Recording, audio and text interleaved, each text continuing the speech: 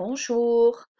Alors ici, nous sommes à la page 256. Dus dit zijn de laatste oefeningen die jullie moeten maken voor Frans.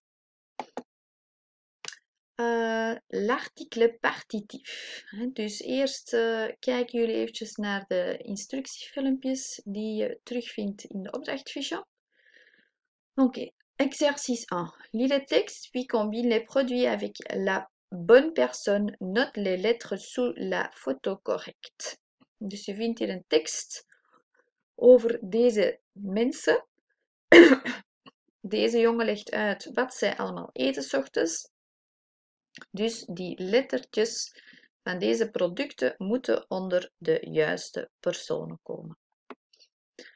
2. Indique tous les articles dans le texte de l'exercice 1, puis écoute le prof. Dus ik leg het hier eventjes uit.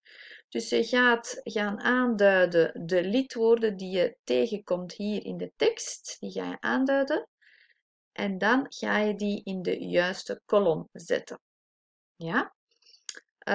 Je duidt ook bij die lidwoorden hier in de tekst ook altijd het zelfstandig naamwoord dat erachter staat. Ja? Dus je ziet hier bij l'article défini heb je bijvoorbeeld la tartine, les sandwichs. Dus wat zijn eventueel de andere artikelen défini? Dus de vertaling is de of het. Dan heb je l'article indéfini. Er staat er eentje al, une. En wat is bijvoorbeeld de mannelijke variant daarvan? Of het meervoud van une. En dan heb je nog l'article partitif, dat zijn de nieuwe. Dus eentje wordt daar al opgeschreven, dus du, wat komt daarachter? En dan eventueel nog andere.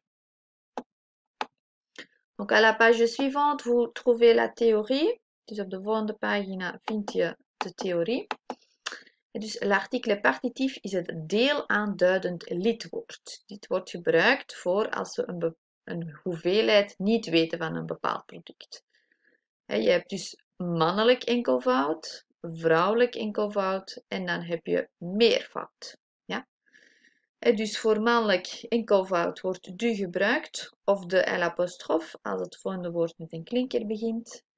Dan hebben we vrouwelijk enkelvoud de la of ook de L-apostrof als het volgende woord met een klinker begint. En voor meervoud gebruiken we de. Exercice 3. Combine les ingrédients avec la bonne assiette. Ja, dus hier vind je allemaal ook weer producten. Ja, dus je gaat een pijltje trekken of een lijntje naar het juiste bord. Dus je ziet altijd daartussen staan of dat het mannelijk is of vrouwelijk. Dus M is masculin, mannelijk. F is feminin, vrouwelijk. Goed kijken of dat het ook misschien niet meervoud is, zoals die eerste. Ja, dan moet je dus naar het meervoud sturen. Exercice 5, complète par du, de la, de l'apostrophe ou de. Dus nu moeten jullie zelf aan het werk. Je kijkt goed naar de handjes. Dus daar moet je die du, de la, de l'apostrophe of de invullen. En je kijkt ook goed naar het woord dat erachter staat. Dus jij moet weten, oké, is dat woordje mannelijk enkelvoud, vrouwelijk enkelvoud of is dat meervoud? Ja? Bijvoorbeeld die eerste, dans mon cartable, il y a, is la place, maar la kan je niet invullen, dus je neemt de vrouwelijke variant van l'article partitif, dus dan wordt dat de la place. Oui.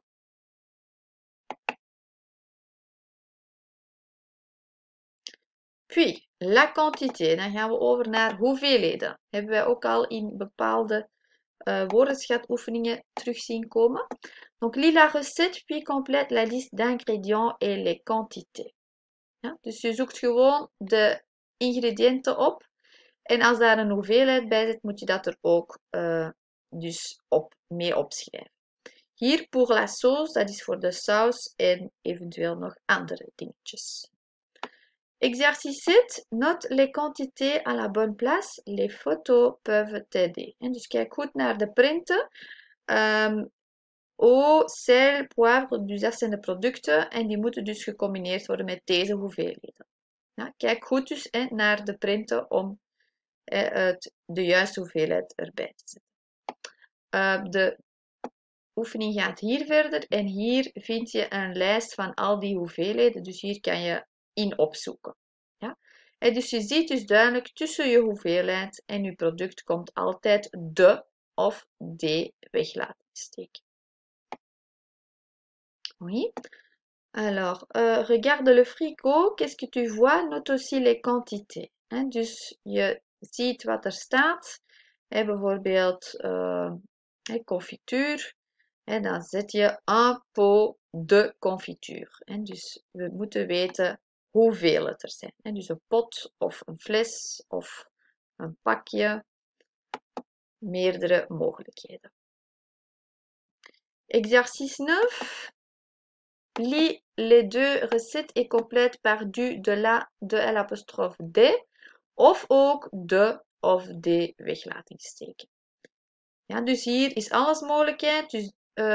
Dus de eerste zijn voor artikelen partitief. Dus als je de hoeveelheid niet weet. De laatste twee zijn voor als je de hoeveelheid wel weet.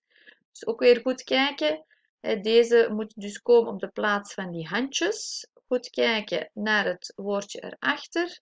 En ook goed kijken ervoor of dat daar een hoeveelheid in staat of niet. Voilà.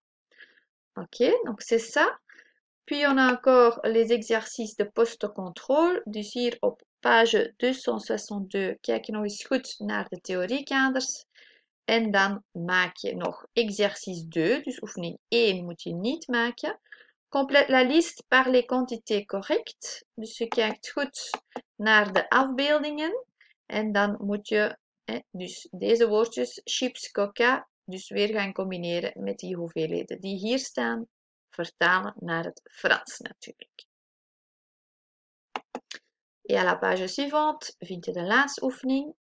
Complète le texte par les quantités correctes ou des articles partitifs.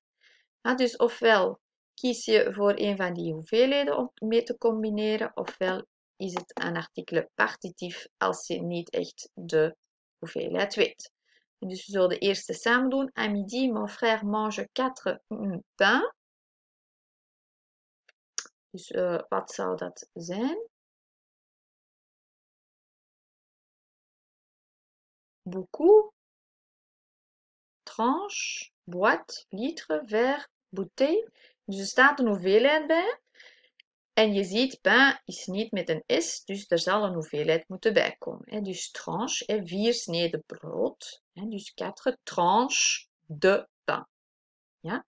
En zo doe je dat dan ook voor de rest. En général, c'est un pain avec.